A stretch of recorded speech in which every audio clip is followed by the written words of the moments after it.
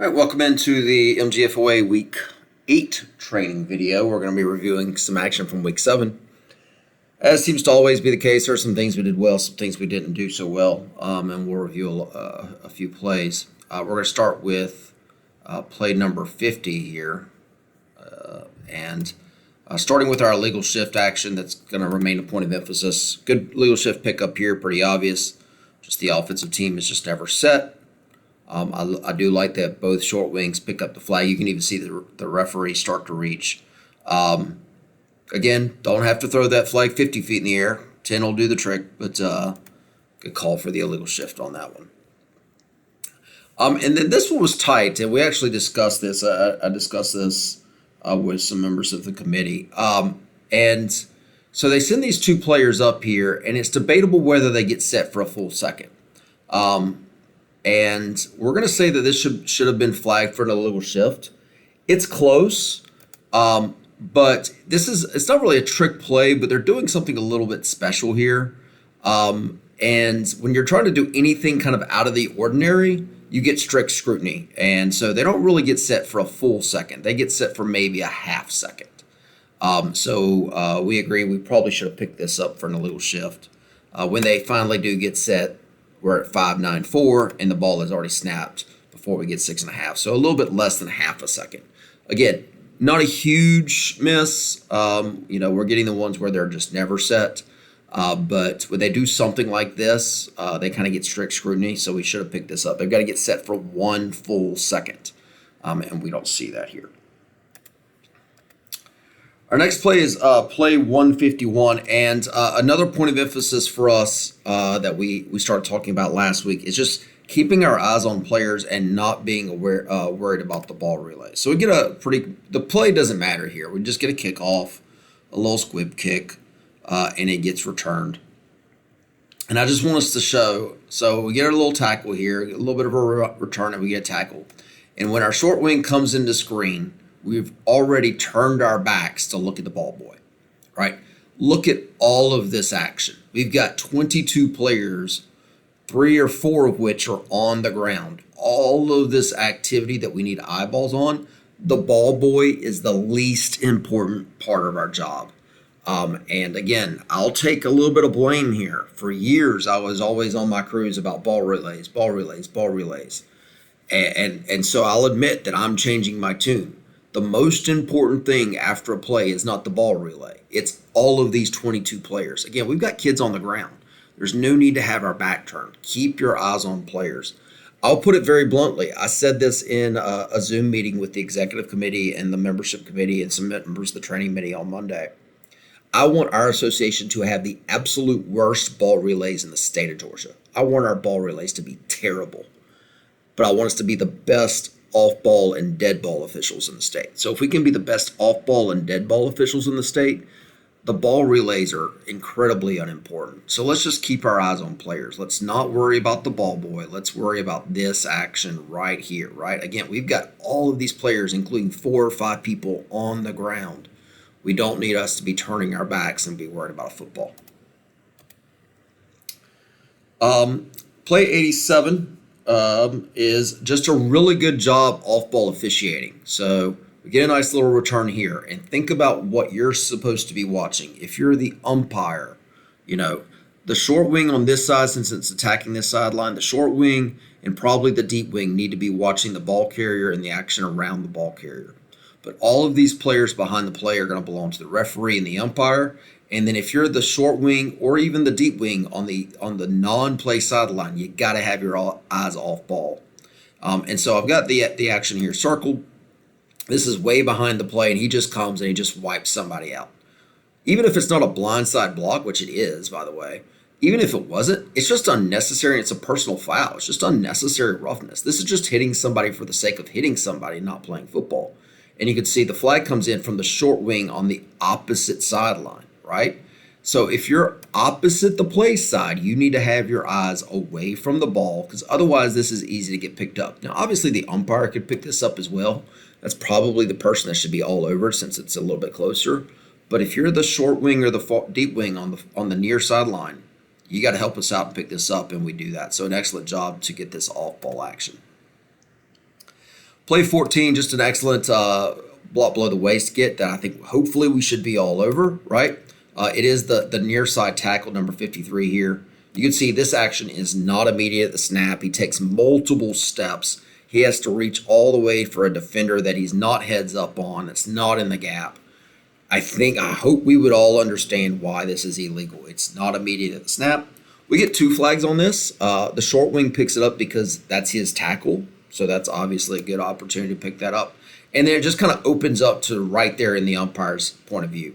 So getting 2 flags on this is fine. We've got to get illegal blocks below the waist. This is really dangerous. You could honestly make an argument for this as maybe being, it's not a clip, but it's just absolutely an illegal low block. So good job to get this. What I will say, this happens. This is fine. Our 2 flags end up at totally different spots. One ends up here and one ends up here, right? It matters because one flag ends up beyond the line of scrimmage and one flag ends up behind the line of scrimmage. So after the play is over, before we do anything else, if we both have the same foul, and it's pretty clear that we do here in this situation, we do need to make a note that we need to go ahead and put both flags on one spot so that everybody understands both of these flags are at the spot of the foul. So wherever you guys determine the spot of the foul is, we need to move one of the flags or maybe even both flags to that spot of the foul and drop it, because having one in front and one behind the line of scrimmage could lead to confusion about the penalty enforcement. So we do need to get the flags on the same yard line.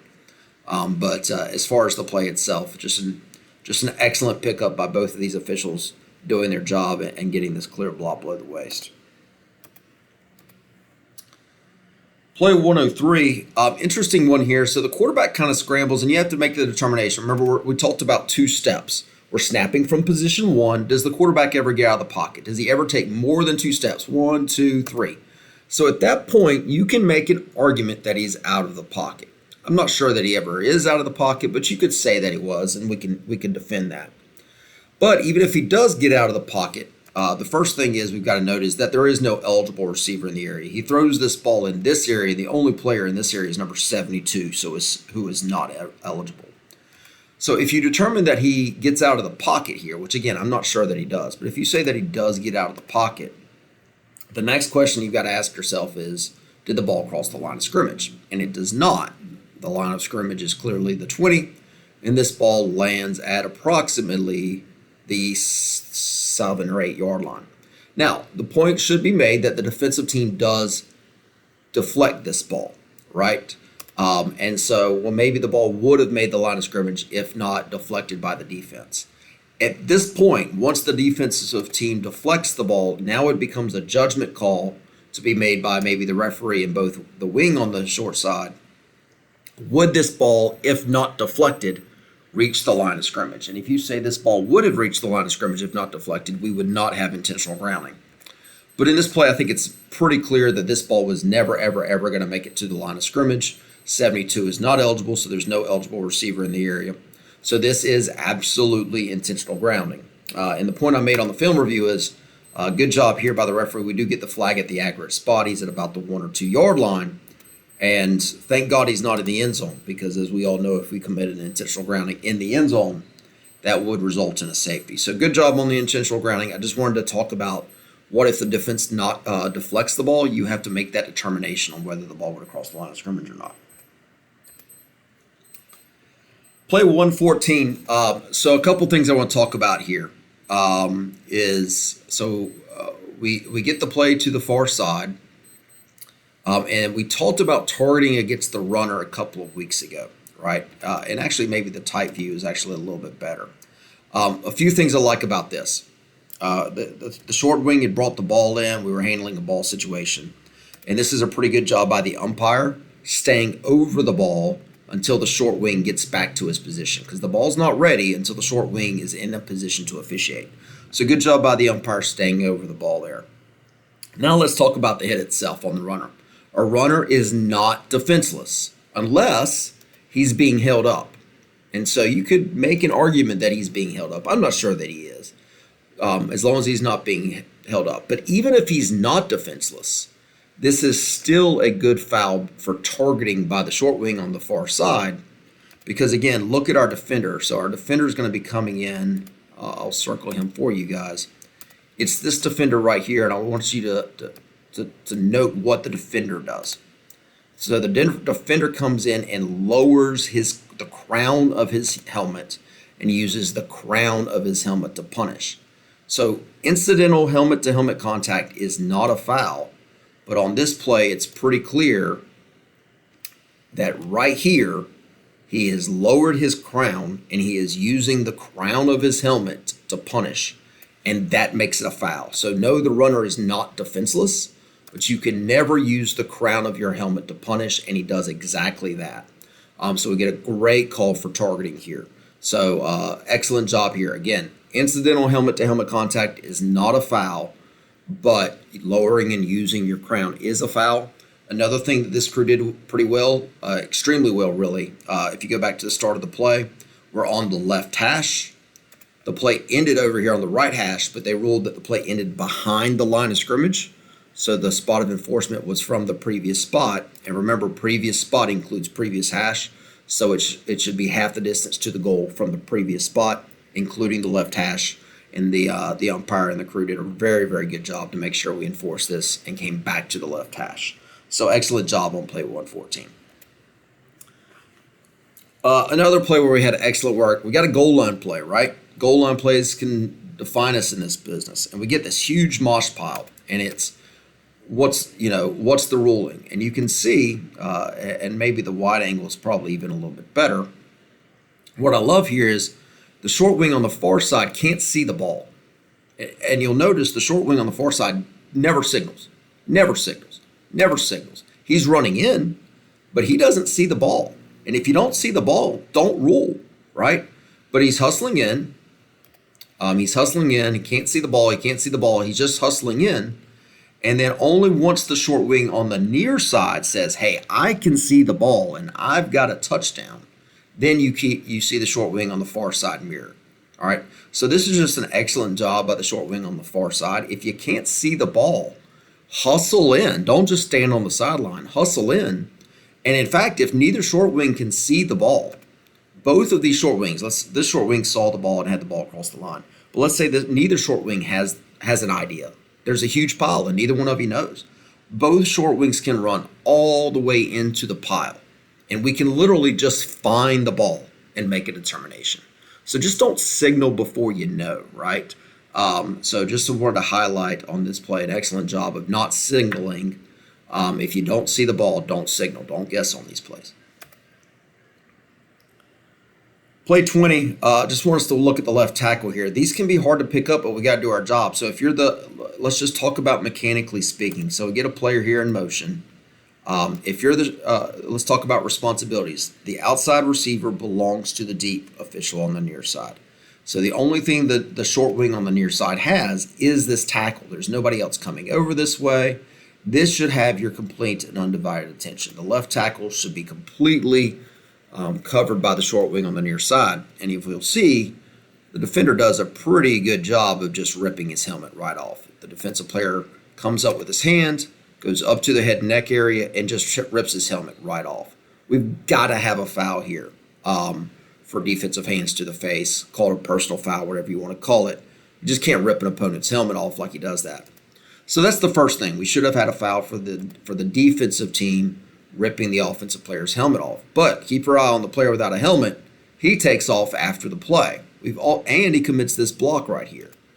Just because your helmet's even if we do call the helmet foul, once his helmet comes off, even if it is due to a foul, he is not allowed to continue to participate in the play. Now, the helmet being ripped off would mean that he's allowed to participate in the next play. But without a helmet, no matter how it comes off, you are not allowed to chase after a play like this. So somebody on the crew whose responsibility is, all six of us, somebody on the crew has to recognize this kid running all the way down the field without a helmet, and somebody's got to put a flag on the ground. He even then commits a pretty bad wipeout block, and we don't get a flag on this. So we've got three pretty clear fouls here. We've got a defensive player ripping an offensive player's helmet off. Then we've got a player without a helmet continuing without participation. And then we've got a pretty nasty just cheap shot. He goes back. I think he's going back for the same kid that ripped his helmet off. Maybe not. but he's pissed and he's going to take his vengeance out on somebody, and we don't get that either. So 3 pretty obvious fouls. We've just got to be alert, guys. We just got to be awake at all times and staying with our responsibilities so that we can pick up stuff like this. Play 88 is an interesting play that's garnered some conversation. So we're talking about this outside DB and receiver situation, right? So we get this contact, and then underneath the contact, a receiver comes through and catches the ball. And so the question was brought up, does this meet the requirements of offensive pass interference? Is this a pick play, or is he trying to clear space so that the offensive player can slip underneath him and catch the pass? Well, if you look at the play, actually what happens is the offensive player is running his route, and the defensive player reaches out and grabs him. So once the defensive player initiates contact, which he does here by wrapping his arms around him, once the defensive player initiates contact, OPI is off the table. Now, if you ruled that the offensive player ran into the defensive player, then the defensive player was just protecting himself, you could do that. But in my opinion, the offensive player is trying to run inside, and the defensive player just reaches out and grabs him. So once the defensive player reaches out and grabs him, OPI is off the table because now the offensive player is not doing anything wrong. And then the question becomes, should this be defensive holding? And remember, defensive holding is kind of a 2-step process for us. So once you recognize, okay, I might have a defensive holding, we want you to look at the quarterback and ask yourself, is the quarterback looking at that third of the field? And the quarterback is clearly looking at this half of the field. He's not looking at this third of the field. So in that situation, we would say you don't want to call defensive holding right away. Let the play develop and see what happens. And then you can see the quarterback just throws the ball to a different receiver. He never even looks this way. So we would have no foul for defensive holding. So even though there's a lot of contact between these two kids, we're going to say that this is just a legal play on, no foul, and that's what the crew goes with here. So good job on this play. Play 83. So we get a punt here. And the high 50 is not going to be great for us. So we get a punt, and it's bouncing. And then the kicking team is going to try to keep it out of the end zone. They bat it back, and then we kind of lose the ball, right? And we end up marking the ball at the 1. So let's go to the end zone view. The first thing we note is that we do get first touching right here. At about the 1-yard line, the kicking team does touch the ball. And so we do need to get a beanbag at the 1-yard line. But then it hits off the second player. Just because we have first touching doesn't mean the ball's dead. It just means we have first touching. So this ball remains live. So it's batted back, and then he bats it off of his teammate. And I'll slow it down in slow motion. It hits off of his teammate. This is still a live football. We have first touching at the 1. This is still a live football. It hits off of his teammate, and you can see pretty clearly right here. Let me go back a frame. Right here, that ball is clearly across the line. So this should be a touchback. And unfortunately, we had a conversation. One of the deep wings was like, hey, I think that ball crossed the goal line. And the other one was like, well, we had first touching at the 1. Well, you can have first touching at the 1, but the result of the play is still a touchback. If a kick gets to the goal line, it is a touchback. So, and it was actually the short wing on the right side of your screen that had the best look at the ball and sees that this ball actually did get to the goal line. So properly officiated, we should have ruled this a touchback. Just because you have first touching doesn't mean the play is over. We've got to continue to officiate the play. So yeah, we're going to have first touching here at the 1-yard line. We're going to have a beanbag at the 1. But as soon as this ball gets to the goal line, which it does right there, this is by rule a touchback. And the receiving team is going to decline essentially the first touching and take the result of the play for a touchback. So wish we would have gone on with a touchback on this one. All right, so that's your plays for week 7 leading into week 8, and hope you have a great week.